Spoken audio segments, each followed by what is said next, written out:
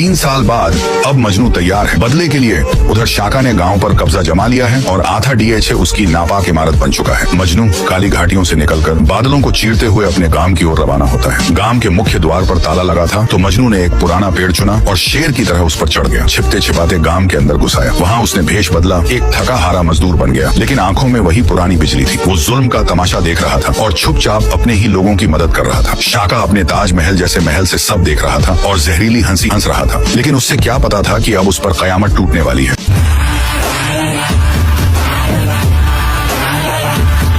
मजनू भेष बदलकर शाका के महल में घुस गया और सीधा उस जगह पहुंचा जहां किसी की भी जान जा सकती थी, शाका का बाथरूम, जहां उसका लफंगा बेटा नहा रहा था और गा भी रहा था। मजनू ने उसे खामोशी से खत्म कर दिया और उसकी लाश महल के बीचों बीच फेंक दिया। सुबह जब शाका नींद से जागा, उसने अपने बेटे की लाश देखी और गुस्से से लाल हो गया। उसने अपनी पूरी फौज मजनू के पीछे लगा दी, लेकिन मजनू तो महल के पीछे ही छुपा हुआ था। एक एक करके उसने शाका के बॉडीगार्ड्स की धुनाई की। फिर आई कुंफू मास्टर शबू की कुटाई की बारी और उसके बाद गार्ड नंबर 1 से 101 तक सबकी बैंड बजा दी। आखिर में सिर्फ शाका बचा था।